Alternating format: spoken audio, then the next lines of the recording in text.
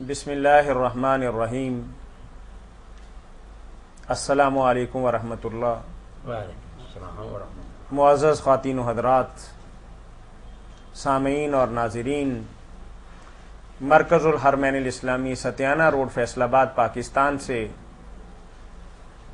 فتاوی on line کا میزبان میاں طاہر حاضر خدمت ہے. اسلامی تعلیمات اور سوال و جواب کا یہ پروگرام ہر اتوار عصر تا مغرب آپ کی خدمت میں پیش کیا جاتا ہے. ریکارڈڈ پروگرام مختلف کیبل نیٹ ورک کے ذریعے آپ کو دکھایا جاتا ہے. اگر آپ کو بھی کوئی دینی، معاشی، معاشرتی، روحانی، کاروباری یا طلاق اور میراث کا مسئلہ درپیش ہو اور قرآن و سنت کی روشنی کے اندر آپ اس کے صحیح اور بروقت حل کے متلاشی ہوں تو ہمارا ٹول فری نمبر ہے 08001171777. اس پروگرام میں آپ کی طرف سے آنے والی فون کالز اور براہ راست پوچھے گئے سوالات کے جوابات حسب سابق ادارہ کے مربی اور سرپرست، متعدد کتابوں کے مصنف، روایت اور درائت سے بات کرنے والے مفتی اعظم پاکستان سماحت الشیخ مولانا محمد اسحاق مدظ العالی مرحمت فرماتے ہیں. پروگرام شروع کرنے سے پہلے میں بہنوں اور بھائیوں سے یہ گزارش کروں گا کہ جو مسئلہ بھی انہیں درپیش ہو اور جو مشکل بھی انہیں لاحق ہو اور کوئی سوال جس کا جواب وہ ہم سے چاہتے ہوں تو ہم گزارش کریں گے کہ اس سوال کو کال میں لانے سے پہلے کاغذ پر لکھ لیں اور قلم اور کاغذ سنبھال کے رکھیں کہ جواب کے ضمن کے اندر مولانا کوئی حوالہ دیتے ہیں یا کسی آیت مبارکہ کا ذکر کرتے ہیں یا کسی حدیث کی وضاحت کرتے ہیں یا ذکر اذکار کے حوالے سے کوئی بات بتاتے ہیں، لکھنے کے اندر دقت اور پریشانی نہ ہو. جی مولانا، ہم اپنا پروگرام ایک تحریری سوال سے شروع کرتے ہیں. بھائی کا سوال ہے کہ ہمارے معاشرے کے اندر ایک بات بڑی معروف ہے، اب شہری زندگی کے اندر تو یہ بات کم ہوگی لیکن دیہاتی زندگی کے اندر آج بھی پوری آب و تاب کے ساتھ یہ بات چل رہی ہے کہ نکاح کے وقت حق مہر کے طور پر 32 یا 32.25 روپے لکھوائے جاتے ہیں اور انہیں شرعی حق مہر کہا جاتا ہے. اس کی ذرا وضاحت فرما دیں کہ اس کی شرعی حیثیت کیا ہے. شریعت میں نکاح کی جو ہے نا یہ تقریب، اس میں مہر کا کوئی تعین نہیں کیا گیا، نہ کم سے کم کتنا. السلام علیکم. وعلیکم السلام، کیا حال ہے میاں صاحب؟ جی الحمدللہ. محمد امین شاد صاحب لاہور سے بات کر رہے ہیں. ہاں جی، سیرت النبی کا حصہ اول شبلی نمانی کی جو آپ نے کتابیں بھیجی ہیں نا، جی جی، جیسے وہ صفحہ نمبر 42 پہ ہے مغازی کی روایتیں. ہاں ہاں، مغازی سے کیا مراد ہے مولانا صاحب؟ جی مولانا فرماتے ہیں. مغازی کی روایتیں، مغازی کی روایتیں بھائی محمد امین وہ ہیں جو حدیث کی کتابیں نہیں، جنہوں نے رسول کریم علیہ السلام کے غزوات اور جنگیں اور سیرت پر الگ کتابیں لکھی نا حدیث کی کتابوں کے علاوہ. اچھا، انہیں مغازی بھی کہہ دیتے ہیں، سیرت کی کتابیں بھی کہہ دیتے ہیں، جیسے ابن اسحاق ہے، ابن ہشام ہے، ایسی کتابیں ہیں، انہیں مغازی کہتے ہیں. اچھا، یہ پایا جو ہے نا ان کا صحت کا وہ نہیں جو حدیث کی کتابوں کا، ان میں بہت کمزور باتیں بھی، ہر طرح کی ملی جلی باتیں ہیں. اس لیے ان کو بہت احتیاط سے لینا چاہیے، پرکھ کر اچھی طرح، ورنہ ان میں بہت غلط باتیں بھی ہیں. تو مغازی جو ہے نا سب سے پہلی تو محمد بن اسحاق بن یسار کی ہے نا، اس کا ہی پھر آگے ابن ہشام نے کر دیا. ہاں، پھر کئی شرح لکھتے رہے، روض العنف الصالح وغیرہ. تو بہرحال یہ مغازی اور سیرت کی کتابیں وہ درجہ نہیں رکھتی جو حدیث کی کتابوں کا. ان کو کوئی عالم ہی پڑھے ان کو.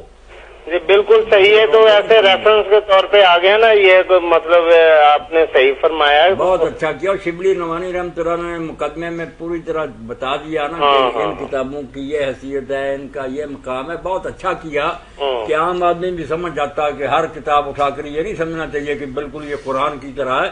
انسانی کوششیں ان میں خامیاں بھی ہیں. تو مغازی جو ہے نا پہلی جو ہے کتاب وہ ابن اسحاق کی ہے۔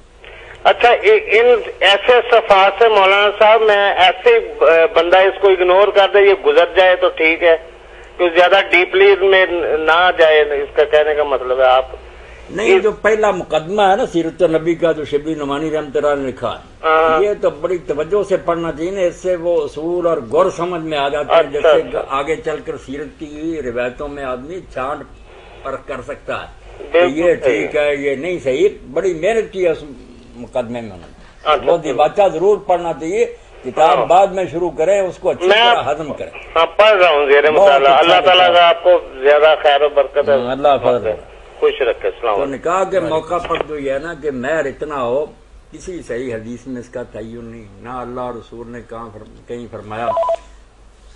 جی السلام علیکم۔ رحمۃ اللہ، شیخ صاحب کیا حال ہے؟ جی الحمدللہ بالکل خیریت ہے، آواز ذرا اونچی کریں اپنی۔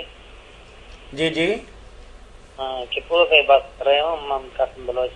کھپرو صوبہ سندھ سے؟ جی جی جی جی فرمائیے کیا پوچھیں گے؟ ہمارا ایک بتائیے بارش کی ہے آپ کے ملک میں ایک؟ جی کیا فرمایا آپ نے؟ میں کیسا ہے آپ کے ملک میں؟ ہم ٹھیک ہیں الحمدللہ۔ اچھا ٹھیک تو ہے نا؟ ہاں جی الحمدللہ۔ ہمارا یہ کاش چل رہا ہے تو سود کھاتے ہیں، کسی مجبوری کے لیے کوئی ماں وغیرہ آپریشن ہوتا ہے تو دوسرے پیسے کسی کے پاس ہے ہی نہیں، تھوڑے سے پیسے ہیں، ہاں ہاں ملتے نہیں کوئی تو سود کر لیتے ہیں کوئی پیسہ، یا کوئی سونا وغیرہ سود پہ لیتے ہیں دیتے ہیں، ہاں ہاں۔ وہ کیسا ہے اس میں؟ یعنی سونا وغیرہ آپ کہیں رکھتے ہیں جی اور اس پہ پیسے لیتے ہیں، جی یہی سوال ہے نا آپ کا؟ جی جی اگر تو پیسے آپ سے وہ زائد لیتے ہیں یا صرف بطور ضمانت آپ کا سونا رکھتے ہیں؟ وہ نہ وائد لیتے ہیں، زائد لیتے ہیں۔ جی جی مولانا کیا بتایا؟ وہ کہہ رہے ہیں کہ بعض اوقات ہم اپنی کسی گھریلو ضرورت کے تحت کسی سے پیسہ درکار ہے تو پیسے تو نہیں دیتے، پیسے دیتے بھی ہیں تو پھر ہمارے زیورات اپنے پاس گروی رکھتے ہیں اور 150 زائد بھی لیتے ہیں جو پیسے دیتے ہیں، جیسے بینک والے منافع لیتے ہیں، تو اسی طریقے سے یہ تو بھائی خالص سود ہے نا، صاف حرام ہے، جو زیادہ لیتے ہیں وہ بالکل ناجائز ہے، حرام ہے، سود ہے، زیادہ کیوں لیتے؟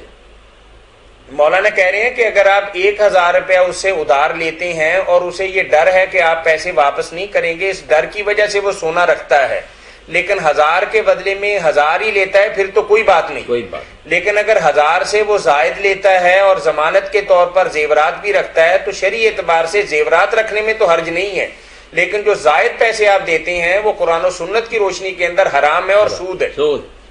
اچھا جی جی دوسرا یہ سوال ہے تو ہمارا دکان ہے اور اس میں اگربتی جلاتے ہیں، یہ جلانا کیسا ہے؟ آپ کی تھوڑی بات سمجھ میں نہیں آ رہی ہمیں۔ ہمارے دکان ہے، کاروبار ہے، کاروبار میں اگربتی جلانا خوشبو کے لیے یہ کیسا ہے؟ اچھا ویسے ہی اگربتی کا جلانا؟